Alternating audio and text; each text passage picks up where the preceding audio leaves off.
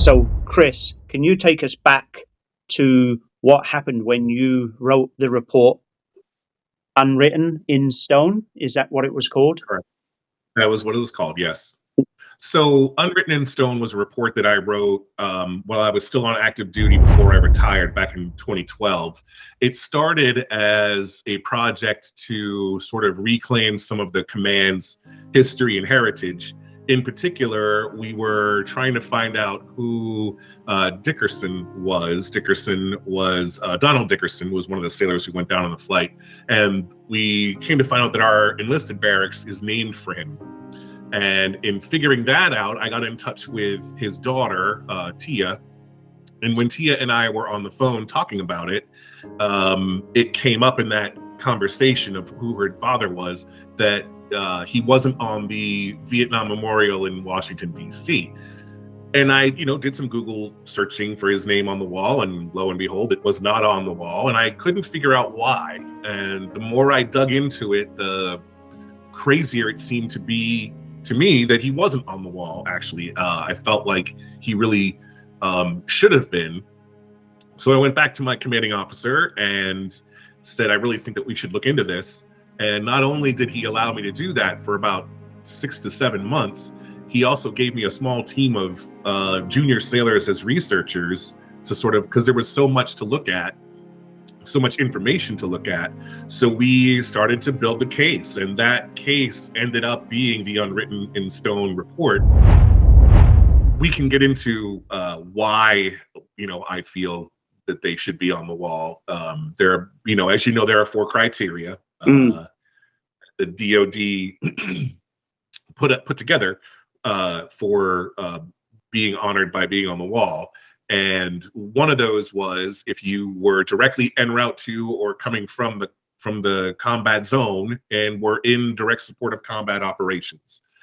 And the Navy has said steadfastly since the list came out of who was going to be on the wall and who wasn't, the Navy has said that these particular 10 sailors don't meet the criteria because they were not engaged in direct support to combat operations. They were just on what the Navy called a routine logistics flight. But the biggest case, the strongest case that we have is that several of the sailors on that flight, including Jimmy VanBussum, were awarded posthumously. They were awarded Navy Achievement Medals or Navy Commendation Medals that cite specifically that they died while doing combat direct support to combat operations.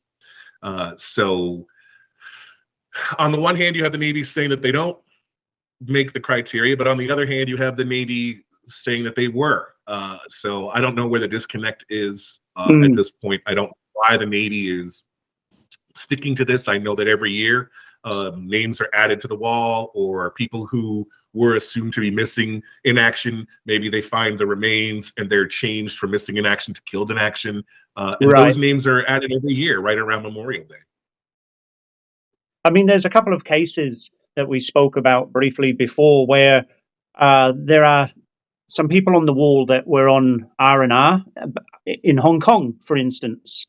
So Correct. They were serving in the combat zone, but they've gone to Hong Kong and they're having a vacation, they're having a holiday, they're having their R&R in Hong Kong, and then something happened in Hong Kong. Do you know? Yeah, after takeoff, something happened with the plane, and I forget how many people died. I think there was Marines on that particular flight, and Reagan, President Reagan, decided that he wanted to have those names added to the wall as well, and that happened right around the time of the Beirut embassy bombing. So I don't know if there was some politics involved with that decision or not.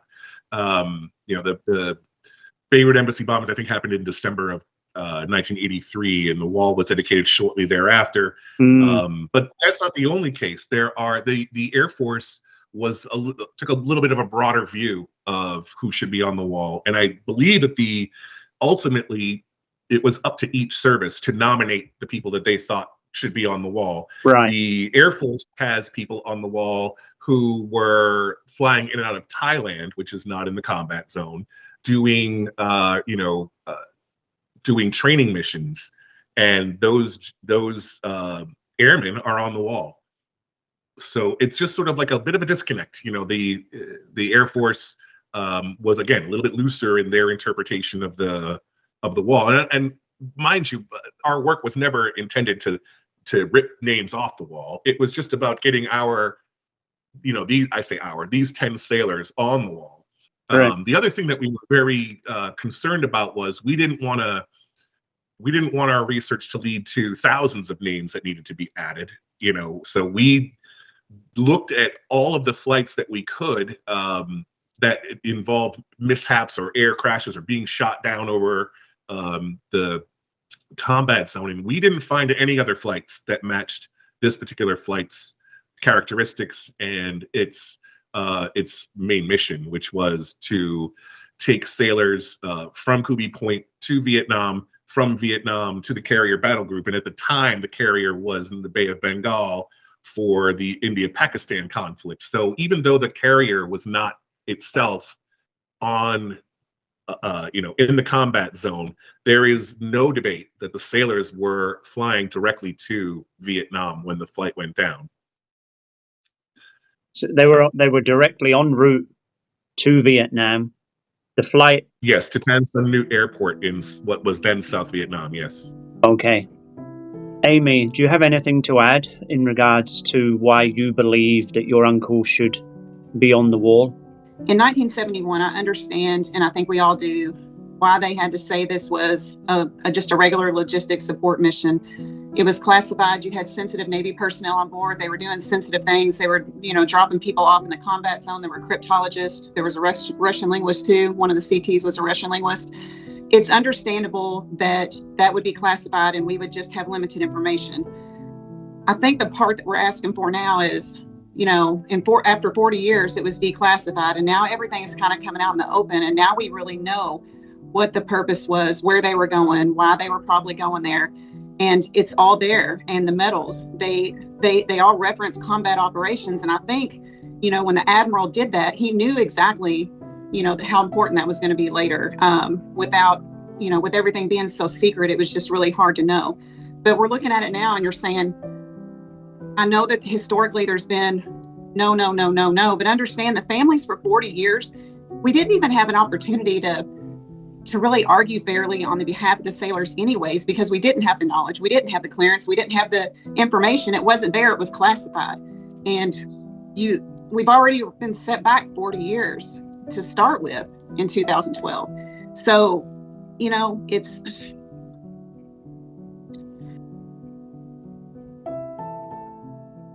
There are emotional arguments to be had for this flight as well. The 4 sailors who were part of the VRC-50 squadron, not the CTs, but the guys who were basically attached to that plane, they were in and out of the combat zone almost on a daily basis. You have to understand that the C2, those carrier onboard delivery missions, all they were doing was shepherding men and materiel back and forth and back and forth and back and forth from the carrier battle group to the shore. Jimmy VanBussum is another one. He was in and out of the combat zone several times a week. So, there's that. It's not like this was all of their first time ever going to Vietnam. It might have been for some of the CTs, but certainly for the VRC-50 crew members, they as part of the plane's crew, they were in and out of there, again, several times a week. Another emotional argument to make is that had the plane had the same, we don't know what happened to the plane, for starters. We don't know whether it was, the Navy ruled out sabotage, they ruled out pilot error, they ruled out weather, for instance. So we don't know what happened. The Navy did ground all C-2A aircraft for months following this particular accident because there had been several mishaps with the C-2As. And they also changed how they did logistics after this. But when it came to this particular flight, if the mishap had happened just 74 minutes later, they would have died in the combat zone and they would be on the wall, no questions asked, because that is one of the criteria. If you die if a service member died in the combat zone, it doesn't matter how they died, they're on the wall. So, again, an emotional argument is to say, geez, 74 minutes later at a C-2A's average cruising speed, Yeah. they would have died in the combat zone, and we wouldn't be even having this conversation. But has the rules changed since then to include directly en route to or coming back from the combat zone? So can it be argued? That's always been that. It's always been there. Yeah, it's always been. Yeah, that's always been one of the criteria. So they were directly flying en route to the combat zone. They were flying direct. We have Correct. the flight records saying that they were due to refuel and almost probably offload cargo, something, logistics, absolutely, parts for the Vietnam War effort right. inside Vietnam. Correct. And then to fly on to the carrier, which was in the Indian Ocean. Correct. Okay, so they're delivering their indirect support. Correct. They are indirect support. Absolutely. The VRC-50 crew, absolutely. There is zero debate that they were flying from the Philippines directly en route to Tan Son Nhut Airfield in, again, South Vietnam then, right outside Saigon. You mentioned earlier about the Navy itself saying the Chief of the Navy gave the award after he had passed, saying Jimmy died during combat support operations. It's there in black and white from the Chief of the Navy. Correct. During it is actually, yes, it is. That is 100% true. The Chief of Naval Operations then, Admiral Zumwalt, wrote that award and signed it. Now, he didn't actually do it himself, but yes, one of his people did. But it was written for the Secretary of the Navy. So actually, their award came from not the CNO, but from the Secretary of the Navy, who is the senior most official in the Navy. There's nobody higher than that. Jimmy has received Vietnam War medals during his time during the Vietnam War, 2 or 3 medals for his service during the Vietnam War. He received the Naval Achievement Medal, his aircrewman certification, and then he also had a couple of ribbons too. He had actually got a Vietnam service ribbon, and when you look into that too, and the requirements to get that, it only strengthens the case of why to support what they were doing with combat operations support. I just recently visited the wall, and there was an honor flight that went through with some Vietnam veterans, and they were all there, and I actually had the opportunity to talk to some, and it was really nice. It's just heartbreaking to see the wall, and I can't touch his name, and my grandmother can't touch his name, and my dad can't touch his name. But if you really take a fresh look at it and understand that now there's clarity, now there's documentation, help us bring our family home in the only way that we can, where it's forever. We have no body, we have no grave. It's like, help us bring them home. We know for a fact he was directly en route to Vietnam. It wasn't flying around, it was en route directly to Vietnam.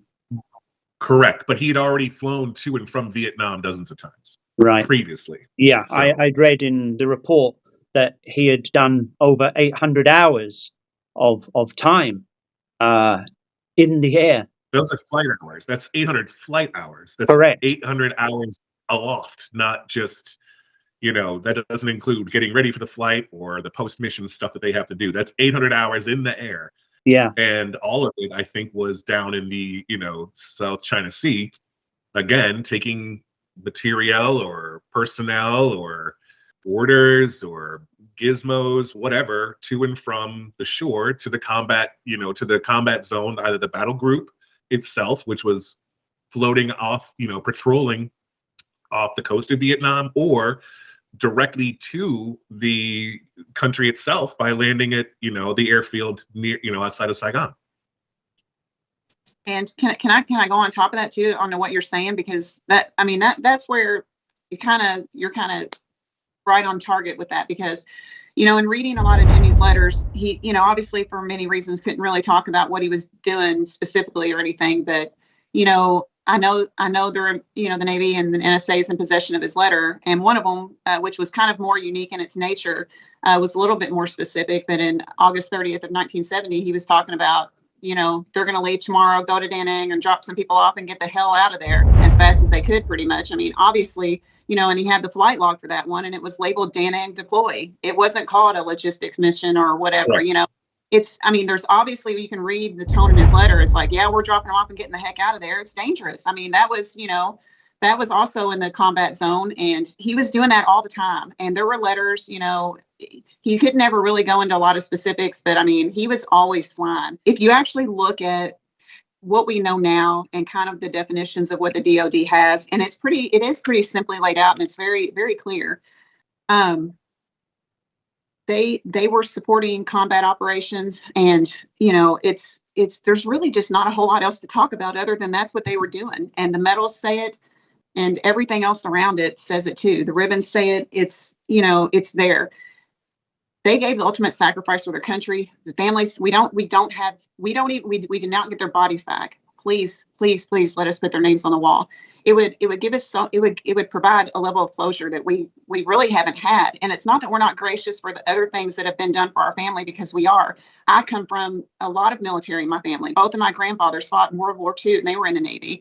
And then, Jimmy was in the Navy. My dad was in the Army. My dad's younger brother was in the Army, and it was all volunteer. Like, we all, and I love this country, and I love the military, and they're the reason why we're here and being able to even have this conversation right now. I just do right by these men and honor them in the way they deserve it. They deserve to be brought home and put on the wall. So, Amy, something else I want to bring up is, you mentioned to me a couple of weeks ago that when Jimmy passed in the plane crash, his belongings that were back at Cubi Point, it took a while for those belongings to get sent back to your grandmother, and the Navy sent a bill for the Navy charged your grandmother for sending back your uncle's belongings. Is that right? yes.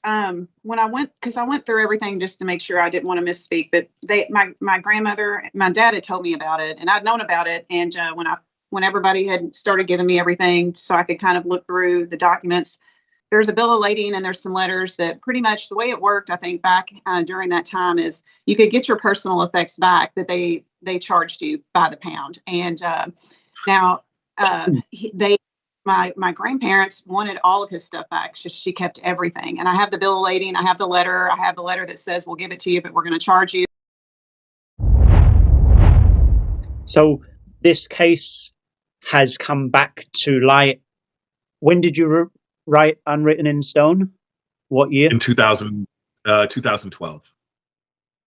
So what's that? 12 years. 12 years later, this case has come back to light, Chris, because we have found a son of Jimmy VanBussum through a DNA test, which matched Amy's father, Daniel VanBussum. And we contacted them around 2 months ago. And you were shocked, Amy, when you found out that your uncle had a son in the Philippines who was born 1 month after the plane went down. Yeah, it was a really big shock. Yeah. And then after we got over the shock, and then we realized it was real, it's been great. Like, it's one of the best blessings we really could have asked for. Is I guess, in thinking first on it, you're thinking, wow, there's Jimmy lives on through other people and family and everything like that. And, Dennis has 6 kids, and we've communicated with a lot of his family, him and a lot of his family. They're amazing people, very kind-hearted, very, there's just, it's amazing to be able to have that. And after over 50 years of thinking, Jimmy's always with us in our hearts and memories and different things like that. But to actually know that he lives on through Dennis and Dennis's kids and family, that right there, that was the best gift ever that we could have gotten. And we're really, really happy that you all helped Dennis, and somebody donated a DNA kit. And then we ended up where we're at now, which is, this is great. Like, it's just amazing. And we're super happy about it. And my grandmother, She's 97, and she actually got to have a video call with Dennis, and I know that they talked, and my aunt was with them, my Aunt Yvonne, and that, and my grandmother, she's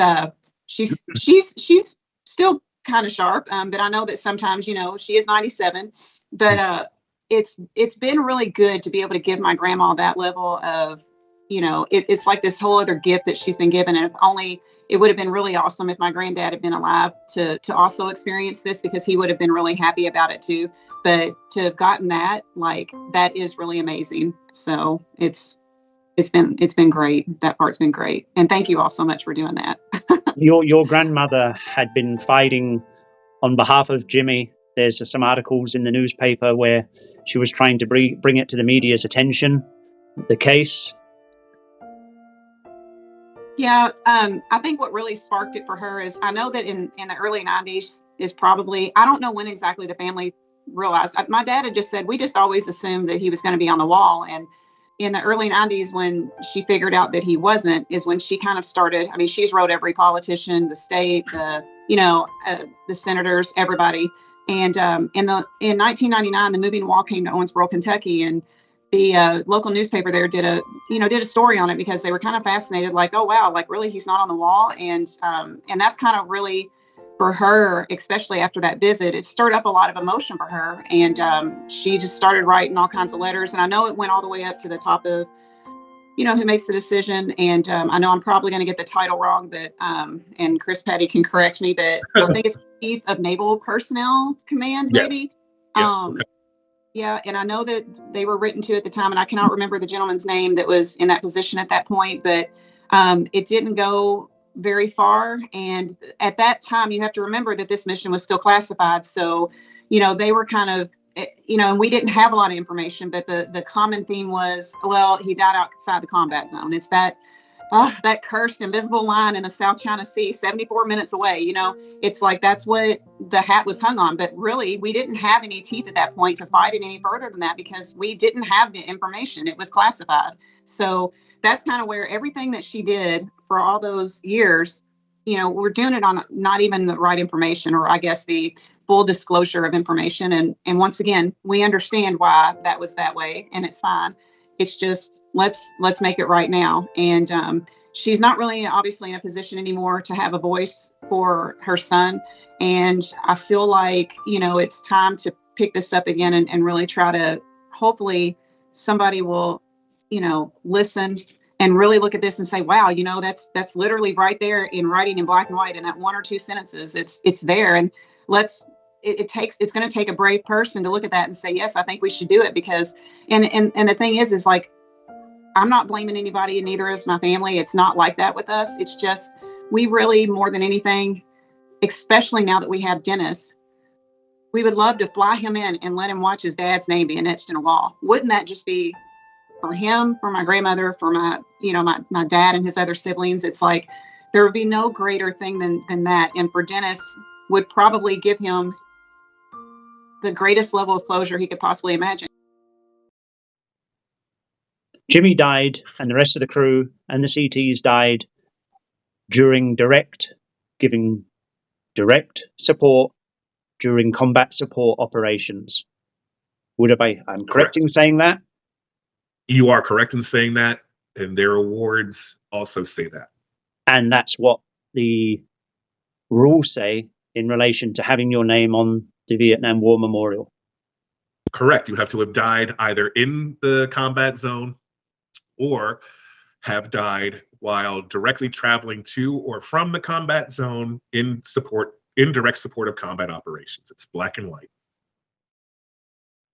And since their medals include the date that they died, it's not like the award says it only counts up until December 11th. The date that they died, December 12th, is included in that citation. So that means that on the day that they died, they were traveling, they were performing direct support to combat operations. I'm just begging somebody in the Navy that can do something about this to do it, and to really just take a fresh look at this and give us a chance. They died for the country, for all of us, and they deserve to have this looked at again now that we have all the information. it wasn't there before. Now that it's here, it's easy to say no, because that's, if you look at what's happened, everybody's always said no. So it's kind of like, okay, well, I'm sure there's some level of, I don't know why these people keep writing. We've told them, and I don't know that they maybe truly the right person really understands. Things have changed, and there's all this information now that we didn't have before. My dad was told there were 4 people on the plane, right? He said his family was told that. So, there was secrecy around this. And so for us not having the resources and being able to fight for that in the right way really inhibited us for 40 years to even approach it in the right manner, because all the letters we were getting back is didn't die in the combat zone. This was a routine mission. This was logistics support. There wasn't anything special about it. And we know that. Yes, there is. And that's, it's kind of hard sometimes, I guess, when we're trying to fight against 40 years of people saying, oh, no, this was the way it was, and they're just kind of piggybacking off of it. Just please take a fresh look at this and understand these guys matter, and everybody matters. And I realize that there's always going to be somebody looking at something and wanting, everybody would love to have everybody's name on that wall. And I realize that it's hard to make those decisions, but this one here is really, truly, if you look at the DoD definitions, it is, like Chris said, it is black and white. It is clear. The medals say it is clear. And understand that if we knew everything then what we knew now, I really do believe their names would already be on the wall. Agreed. But it's going to take somebody to really care and look at this and help us out, and to really take a fresh look. And it's worth doing it because these men gave their life for the country. We have no bodies. We would love to go to Washington, D.C. and touch their name on the wall. That is the closure that we want. I'm just going to read it one more time because I've got it in front of me on the table. Died whilst participating in or providing direct support to a combat mission immediately en route to or returning from a target within the defined combat zone. Saigon, Yes, the airport, yes. It's within the combat zone. Absolutely, yes. They've got medals for their service in Vietnam. He was in and out of Vietnam for the whole year, 800 hours plus, and so were the rest of the crew and the CTs. So we're hoping that somebody watching this video will be able to take this a little bit further than what myself or Amy can, and yourself, Chris, and bring it to the relevant people in the right places. So, Chris, I thank you very much for your time coming back to us 12 years after you wrote the report. And I recommend anyone to go and read Unwritten in Stone. There's a full 30-page report that you and your team wrote up 12 years ago. And it's got all the details there of what happened on that flight. Yes. Amy, I know it's been hard for you. We're not going to stop the fight. So thank you for your time. Thank you so much. Well, thank you. And I also just want to say thank you, Leah, May, and Blair. Thank you all so much for, I'm just going to say everything because there's been a lot.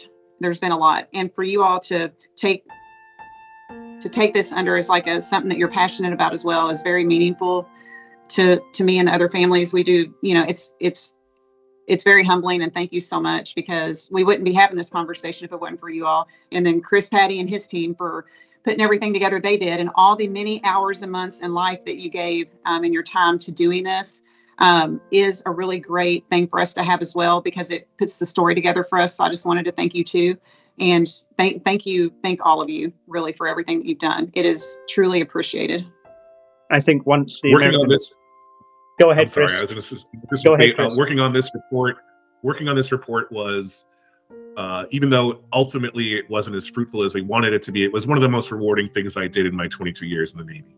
So it was my pleasure. I'm glad that we're still looking at this. I'm glad that and thank you both Blair and Leah for your work in this and for bringing some increased awareness to this issue. Can't thank you enough for the work that you guys are doing, and it's wonderful what you're doing with reconnecting those children to their families back in the U.S.